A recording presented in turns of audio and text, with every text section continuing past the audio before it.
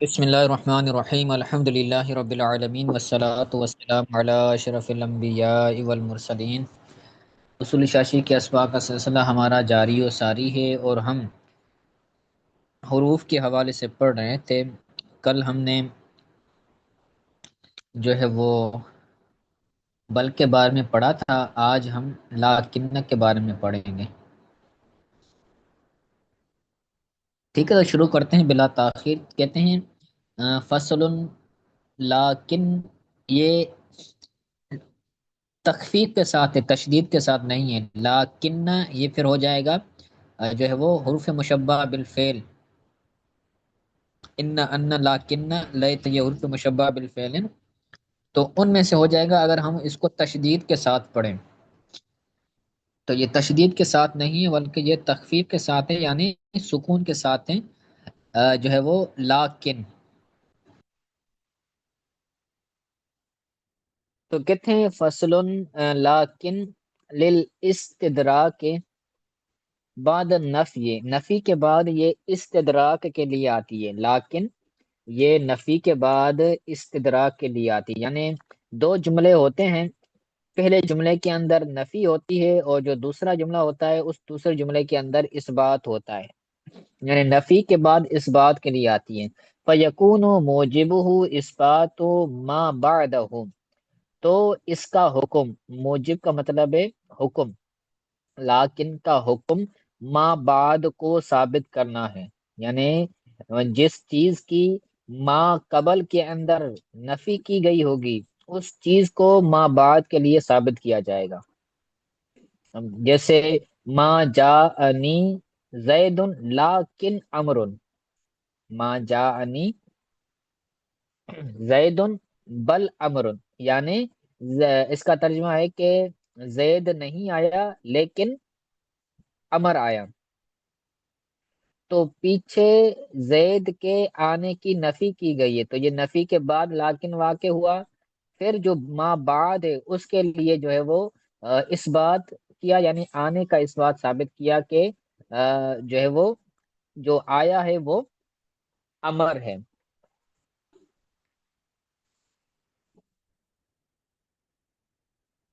ٹھیک ہے، وہ پیچھے جو ہم نے بل پڑھا تھا، بل کے اندر جو تھا وہ پہلی چیز کو غلط ثابت کر رہے تھے، اس کے اندر غلط ثابت نہیں کر رہے، بلکہ پہلی چیز کے اندر نفی کو وارد کر رہے ہیں کہ ما جاءنی زید، زید نہیں آیا، لیکن امر، لیکن امر آیا ہے۔ تو اس کے اندر غلط کا کانسیپٹ نہیں ہے بلکہ نفی کا کانسیپٹ ہے کہ وہ نہیں آیا، یہ آیا ہے۔ تو کہتے ہیں فَأَمَّا نَفْيُ مَا قَبْلَهُ فَثَابِتٌ بِدَلِيلِهِ وَالْعَطْفِ بِذَلِكَ الْكَلِمَةِ، تو جو ما قبل کی نفی ہے وہ دلیل کے ساتھ ثابت ہے اور اس کلمے کے ذریعے عطف کے ساتھ ثابت ہے۔ کیونکہ دلیل کیا ہے؟ دلیل یہ ہے کہ وہاں پر ما جو ہے وہ داخل ہے، جیسے یہ نیچے مثال میں نے بیان کی کہ تو اس کے اندر جو ما ہے یہ ما نافیہ ہے، تو یہ ما نافیہ یہ دلیل ہے کہ زید نہیں آیا۔ تو نفی پر یہ دلیل، نفی جو ثابت ہے وہ دلیل کی وجہ سے ثابت ہے، دلیل کے ساتھ ثابت ہے، یا پھر کلمہ لاکن کی عطف کے ساتھ ثابت ہے، کیونکہ لاکن کا عطف کیا گیا ہے، تو جو ہے وہ یہاں پر نفی ثابت ہوگی۔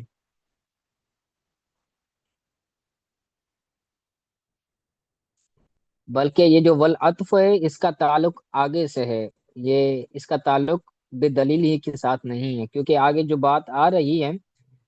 وہ اس عطف کے ہی متعلق ہے۔ کہتے ہیں وَأَمَّا نَفْيُ مَا قَبْلَهُ نَفْيُ مَا قَبْلِهِ بِدَلِيلِهِ ثابت بِدَلِيلِهِ، جو ما لیکن کے ما قبل کی نفی ہے وہ دلیل کے ساتھ ثابت ہے کہ اس پر حرف نفی داخل ہے، ما والا۔ اور کہتے ہیں والعطف بهذه الكلمة انما يتحقق عند اتساق الکلام، اس کلمے کے ذریعے عطف یا تو جو ہے وہ ملنے کی کلام کے ملے ہوئے ہونے کے وقت ثابت ہوگا۔ آپ نے پڑھا ہوگا ایک کلام ہوتا ہے کلام متصل، ایک ہوتا ہے کلام غیر متصل، یعنی کلام منقطع۔ تو اگر جو لاکن کا کلمہ ہے، لاکن کا کلمہ یہ آتا ہے عطف کے لیے، اور وہاں پر جو عطف ہو رہا ہے وہ ایسے جملے میں ہو رہا ہو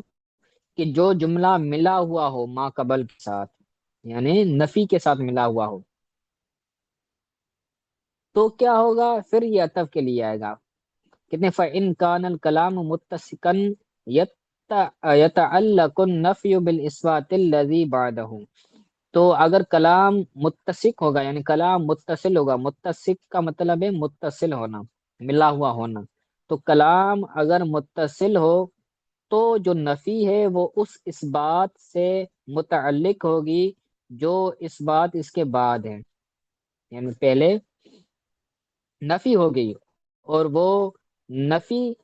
والے کلام کے بعد لاکن آئے گی، اور لاکن کے بعد پھر اس بات والا جملہ آئے گا، تو کہتے ہیں کہ کلام اگر متصل ہوگا تو نفی جو ہوگی وہ اس کے ساتھ متعلق ہوگی، اس بات کے ساتھ متعلق ہوگی جو اس کے لاکن کے بعد ہے۔ صحیح ہے؟ یعنی اس کا مطلب یہ ہے کہ وہ جو چیز نفی والی آ رہی ہے، نفی جس چیز کی نفی ہے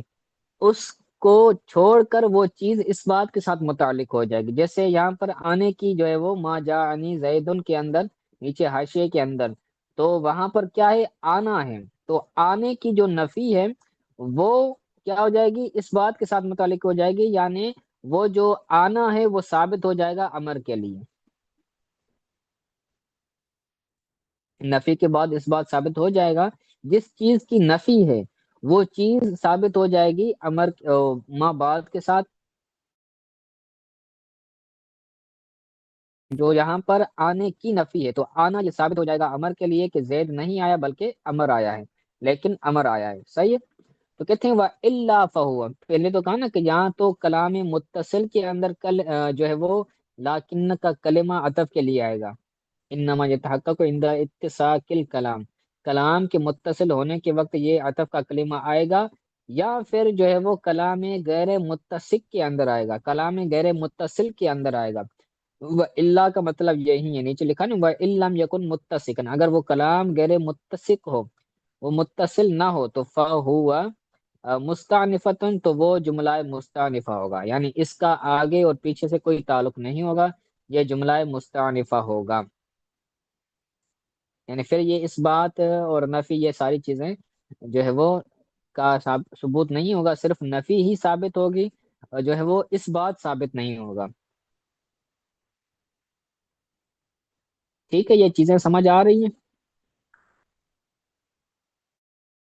جی جی استاد۔ اب آگے اس چیز کی مثال بیان کر رہے ہیں، تو کہتے ہیں مثال ہو ما ذکر ہو محمد رحمت اللہ تعالی علیہ رحمت فی الجامع، اذا قال لفلان علی الف قرض فقال فلان لا ولکنہ غصب، تو لازمہ المال، اس کی مثال کہ جس کو امام محمد اللہ تعالی علیہ نے جامع کبیر کے ذکر فرمایا ہے، جامع کبیر رحمۃ اللہ تعالی علیہ کی کتاب ہے، تو اس کے اندر آپ نے یہ مثال بیان فرمائی کہ جب کوئی بندہ اقرار کرے کہ میرے اوپر فلاں کے 1000 درہم قرض ہے، قرض الف، یہ دونوں مبدل منہ ہے یا پھر صفت ہے، کہ ایسا 1000 ہے جو قرض ہے، یہ صفت والا ترجمہ ہوگا، تو میرے اوپر فلاں شخص کے 1000 درہم قرض ہیں،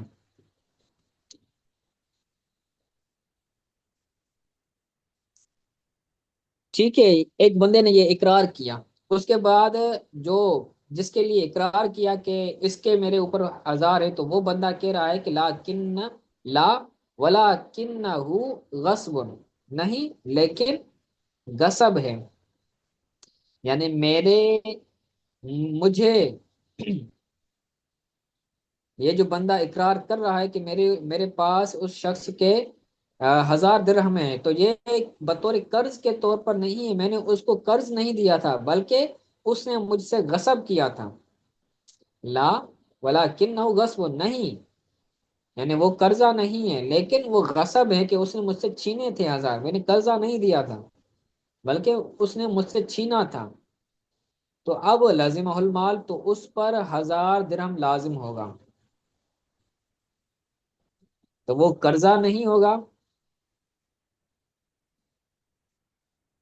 وہ اس کے اوپر قرضہ نہیں ہوگا بلکہ وہ غصب ہوگا۔ کیوں؟ کیونکہ یہاں پر لا آیا ہے، لا کلام نفی والا کلام ہے، اور لا کن کے بعد غصب یہ اس بات والا کلام ہے، تو نفی جو ہے وہ قرضے کی ہو جائے گی اور اس کے لیے غصب ثابت ہو جائے گا، تو قرضے کے طور پر اس پر یہ نہیں ہوگا لازم اس پر، بلکہ غصب کے طور پر لازم ہوگا کہ یہ اس نے غصب کیا ہے، تو غصب کا تاوان دینا اس کے اوپر واپس کرنا یہ لازم ہوتا ہے۔ اسی کا آگے وضاحت کر رہے ہیں، کہتے ہیں لِأَنَّ الْكَلَامَ مُتَّصِقٌ، کیونکہ یہاں پر کلام متصق ہے، کیونکہ اس نے کلام کیا، اس کے فوراً بعد پھر اس نے کلام کیا، تو کلام متصق ہونے کی وجہ سے، کلام متصل ہونے کی وجہ سے کیا ہوگا؟ فَظَهَرَ أَنَّ النَّفْيَ كَانَ فِي السَّبَبِ دُونَ نَفْسِ الْمَالِ، تو ظاہر ہوا کہ جو نفی ہے تو یہ سبب میں ہے، یہ نفس مال میں نہیں ہے۔ ایک ہے نفس مال 1000 درہم، دوسرا ہے سبب، کہ وہ سبب کس سبب سے اس پر 1000 درہم لازم ہے۔ اس نے کہا کہ مجھ پر قرضے کے طور پر، قرضے کی وجہ سے، قرضے کے سبب سے میرے اوپر اس کے 1000 درہم ہیں، اور دوسرا بندہ کہہ رہا ہے کہ قرضے کی وجہ سے نہیں بلکہ غصب کی وجہ سے ہے، تو جو نفی ثابت ہوگی وہ سبب کے اندر ہوگی، وہ نفس مال کے اندر نہیں ہوگی، کہ اس نے کہا نا لا نہیں ہے، یعنی اس کا مطلب یہ نہیں کہ 1000 درہم اس کے پر لازم نہیں ہے، کہ وہ کہے کہ یہ نفی کر رہا ہے کہ مجھ پر 1000 درہم اس کے نہیں ہے، بلکہ 1000 درہم ہے، لیکن یہ جو نفی ہے یہ قرضے کی نفی ہے، یہ سبب کی نفی ہے کہ جو اس پر 1000 درہم میرے لازم ہے، تو یہ قرضے کی سبب سے نہیں بلکہ غصب کے طریقے پر ہے، تو نفس مال کے اندر نفی نہیں بلکہ سبب کے اندر نفی ہے۔ ٹھیک ہے، یہ ایک مثال ہو گئی۔ آگے دوسری مثال بیان کرتے ہیں، کہتے ہیں کذالک لو قال لفلان علی الف من ثمن هذه الجاریۃ، اسی طرح اگر کسی بندے نے کہا کہ مجھ پر فلاں بندے کے اس سے غلام عورت کے ثمن کا 1000 درہم لازم ہے، ایک غلام عورت تھی، باندھی تھی، اس کی طرف اس نے اشارہ کیا، بولا کہ اس غلام باندی کا سمن سے میرے اوپر فلاں بندے کے 1000 درہم ہے، کہ اس بندے نے مجھے یہ یہ عورت لونڈی بیچ کر دی ہے، اور اس کے سمن کی وجہ سے جو ہے وہ میرے اوپر 1000 درہم ہے، تو میں نے اس کو 1000 درہم دینا ہے، یہ بندہ یہ کہتا ہے، اور اگلا بندہ کیا کہتے ہیں جس کے بارے میں کہہ رہا ہے کہ اس کا میرے اوپر 1000 ہے، تو وہ بندہ کہہ رہا ہے کہ قال فقال فلان لا الجاریت جاریتک ولکن لی علیک الفا، تو یلزم تو یلزم تو یلزم المال، تو اس پر مال لازم ہوگا، یعنی دوسرے بندے نے کہا نہیں، یعنی یہ غلام عورت کے سمن کی وجہ سے لازم نہیں ہے، لا کی جو نفی ہے وہ سبب کے اندر ہے کہ یہ غلام عورت کے سمن کی وجہ سے 1000 مجھ پر لازم نہیں ہے، بلکہ الجاریتو جاریتو کا، یہ جو غلام ہے، یہ جو باندی ہے، یہ تمہاری ہے، لیکن میرا تمہارے اوپر قرضہ ہے، غلام عورت کے سمن کی وجہ سے میرا تم پر 1000 نہیں ہے، بلکہ میرا تم پر قرضے کے طور پر 1000 ہے، تو اب اس پر کیا ہوگا؟ جس نے اقرار کیا تھا کہ میرے اوپر اس غلام عورت کے سمن کی وجہ سے کیا ہے 1000 درہم ہے، تو اس بندے پر اب مال لازم ہوگا، وہی 1000 درہم، تو یہ بھی اصل مال کے اندر نہیں ہے بلکہ سبب کے اندر ہے، کہ 1000 درہم تو اس پر لازم ہوگا، نفی 1000 درہم کی نہیں، نفی سبب کی ہے کہ کس سبب سے اس پر لازم ہوئے، تو کہتے ہیں فزار ان النفی کان فی السبب لا فی اصل المال، تو ظاہر ہوا کہ جو نفی ہے وہ سبب کے اندر ہے، اصل مال کے اندر نہیں ہے۔ صحیح ہے، اب یہ دوسری مثال ہو گئی، اب تیسری مثال بیان کر رہے ہیں، کہتے ہیں ولو کان فی یدہ عبد فقال هذا لفلان فقال فلان ما کان لی قط ولکنہ لفلان آخر۔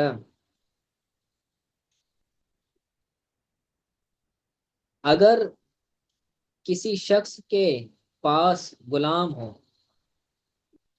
فی یدہ کا مطلب ہے پاس، اگر کسی شخص کے پاس یا کسی شخص کے ہاتھ میں غلام ہو، اس غلام کے بارے میں کہا کہتا ہے کہ ہاذا لفلان، یہ غلام فلاں کا ہے، یہ غلام فلاں کا ہے، یعنی اس غلام کا مالک فلاں شخص ہے۔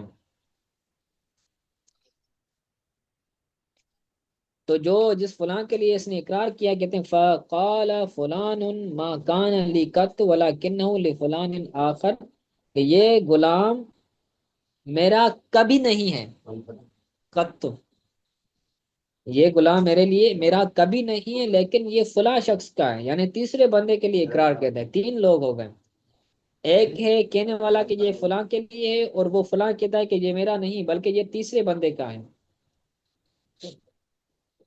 ٹھیک ہے،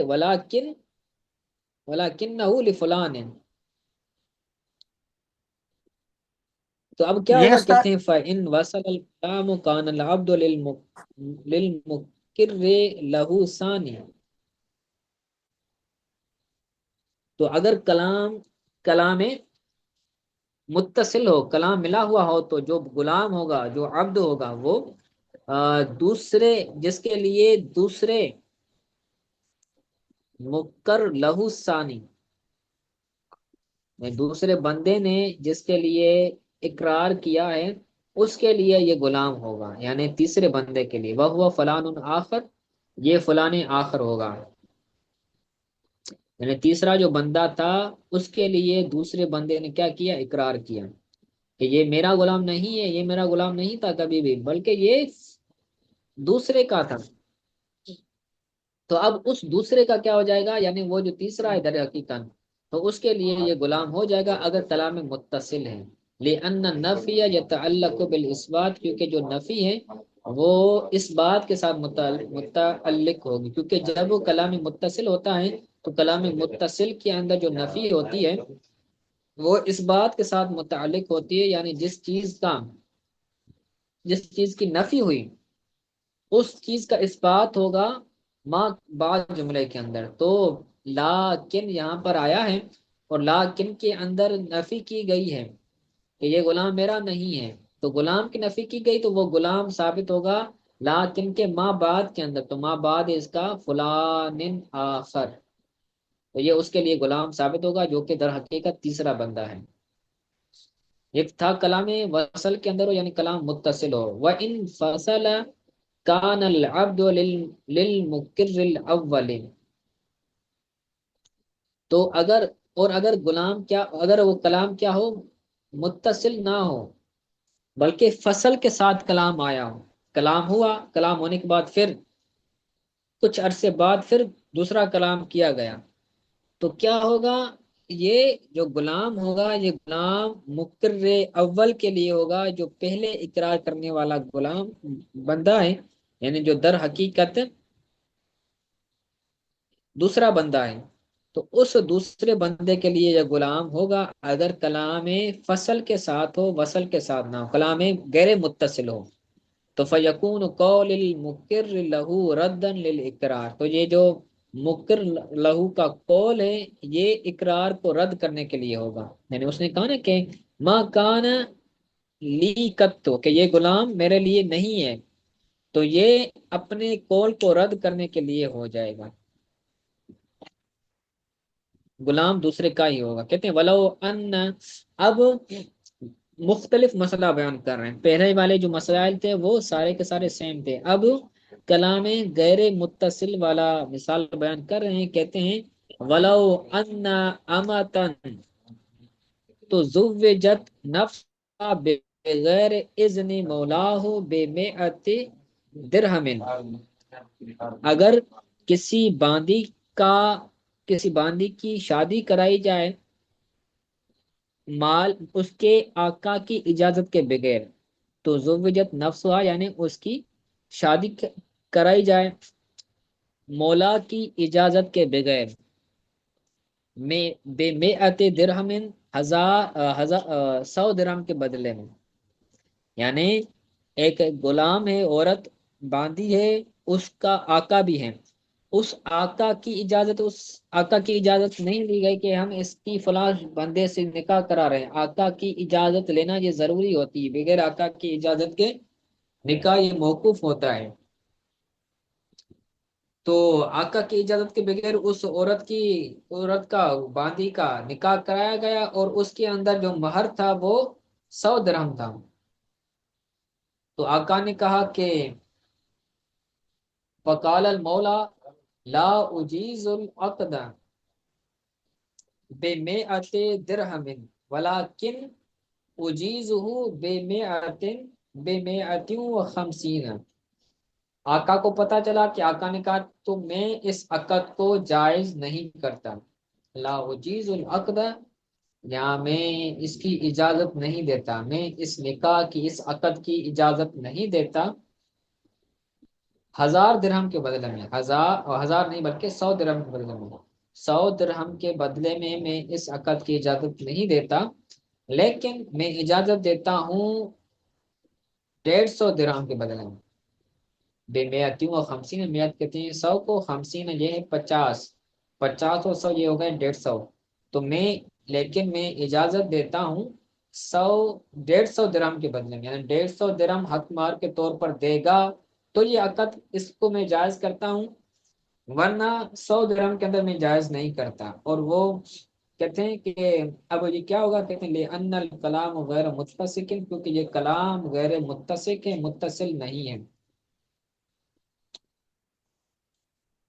فَإِن نَفْيَ الْإِجَازَةِ وَإِثْبَاتَهَا بِعَيْنِهَا لَا يَتَحَقَّقُ، کیونکہ یہاں پر کلام غیر متصل ہے، پہلا جو کلام تھا وہ دوسرا تھا، متصل نہیں تھا، اور یہ دوسرا کلام ہے، تو دونوں کلام یہ متصل نہ ہونے کی وجہ سے یہ جو ہے وہ ہو جائے گا، کلام غیر متصل ہونے کی وجہ سے کیا ہو جائے گا، عقد باطل ہو جائے گا۔ کہتے ہیں باطل العقد، عقد باطل ہو جائے گا یعنی اب یہ جائز نہیں رہے گا۔ پہلے تو اجازت پر موقوف تھا نا کہ اگر آقا اجازت دے دیتا ہے تو پھر یہ نکاح ہو جائے گا، وگرنہ یہ نکاح نہیں ہو جائے گا۔ جس طرح غیر کفو کے اندر اگر عورت کرتی ہے نکاح تو پھر والدین کو جو ہے وہ والدین کی اجازت پر عقد موقوف ہوتا ہے، کہ اگر والدین اجازت دیتے ہیں تو پھر عقد قائم ہوگا، وگرنہ نہیں ہوگا غیر کفو کے اندر۔ تو اسی طرح غلام عورت کا اپنی آقا کی اجازت کے بغیر نکاح کرنا یہ بھی آقا کی اجازت پر موقوف ہوتا ہے۔ تو کیونکہ آقا نے پہلے تردید کر دی کہ لم عاجز ہوں، میں اجازت نہیں دیتا، تو اب کیا ہو جائے گا، کلام غیر متسق ہونے کی وجہ سے جو چیز ہے، جو عقد ہے، وہ کیا ہو جائے گا، باطل ہو جائے گا۔ آگے کہتے ہیں فَإِنَّ نَفْيَ الْإِجَازَةِ وَإِثْبَاتَهَا بِعَيْنِهِ لَا يَتَحَقَّقُ، تو جو اجازت کی نفی ہے اور جو اجازت کو ثابت کرنا ہے، یہ بے عین ہی متحقق نہیں ہوگی۔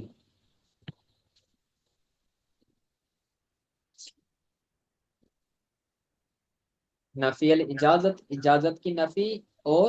وہ اثباتہا، اور نفی کو اجازت کو ثابت کرنا، یہ بے عین ہی متحقق نہیں ہوگی، یعنی ایک ہے جو ہے وہ 100 درہم، ایک ہے 150 درہم، 100 درہم ہو یا 150 درہم ہو، ان دونوں کے اندر اجازت متحقق نہیں ہوگی، کیونکہ کلام غیر متسق ہے۔ کس صورت کے اندر یہ عقد درست ہوگا، تو وہ صورت بیان کرتے ہیں، کہتے ہیں فَقَانَ قَوْلُهُ لَكِنْ أُجِيزُهُ إِثْبَاتَهُ بَعْدَ رَدَّةِ الْعَقْدِ، گویا کہ بلکہ یہ اس کی معنی بیان کریں کہ فقان قول ہو، تو یہ جو اس کا قول ہے تو ہو جائے گا لیکن اجیز ہو اس بات ہوں بعد رد العقد، تو یہ ہو جائے گا کہ لیکن میں اس کو اجازت دیتا ہوں اس کو ثابت کرنے کی عقد کو رد کرنے کے بعد، یعنی پہلے عقد کو رد کیا ہے، پہلے عقد کو رد کیا ہے، عقد کو رد کرنے کے بعد پھر اجازت دیتا ہے۔ تو رد ہونا اور ثابت کرنا یہ دونوں جمع نہیں ہو سکتے۔ پہلے تو عقد کو رد کیا نا کہ میں اجازت نہیں دیتا، تو اجازت نہ دینا پھر اجازت دینا تو یہ دونوں متحقق نہیں ہوں گے۔ کہتے ہیں وَكَذَلِكَ لَوْ قَالَ لا اجیزہ ولکن اجیزہ ان زدتنی 50 علی 100، اگر وہ یہ کہتا ہے کہ میں اجازت نہیں دیتا اسے لیکن میں اس کی اجازت دیتا ہوں، یعنی اس عقد کی اجازت نہیں دیتا، پہلے کہتا ہے وہ ضمیر کا مرجع عقد، میں عقد کی اجازت نہیں دیتا لیکن میں اس عقد کی اجازت دوں گا اگر تم 1000 درہم پر 50 درہم کو بڑھا دیں، اگر 100 درہم پر، بار بار ہزار آ رہا ہے، 100 درہم پر، 100 درہم پر 50 درہم کو زیادہ کرے گا تو میں اس عقد کو جائز کروں گا۔ ضد تنی یہ مخاطب کا صیغہ ہے، تو یہ بھی عقد نہیں ہوگا، کہتے ہیں یکون فسقا للنکاح، یہ نکاح کو فسق کرنا ہوگا، تو لعدم احتمال البیان، بیان کا احتمال نہ ہونے کی وجہ سے، لأن من شرطه الاتساق ولا اتساق، کیونکہ جو ہے وہ کلام کے درست ہونے کے لیے، اس بات کے لیے ضروری ہے کلام کا متصل ہونا، اور یہاں پر کلام کا اتساق نہیں ہے، میں نے پہلی چیز اس نے ختم کر دی، اب ختم کر دی تو اس کا اب ثبوت نہیں ہوگا۔ ٹھیک ہے، تو آج کے لیے اتنا سبق کافی ہے، یہ ہمارا جو لاکن کا بحث تھا وہ بھی پورا ہوا، انشاءاللہ تعالی اگلے درس کے اندر اس سے آگے پڑھیں گے۔ آج کے سبق کے حوالے سے اگر کوئی بات سمجھ نہیں آئی تو پوچھ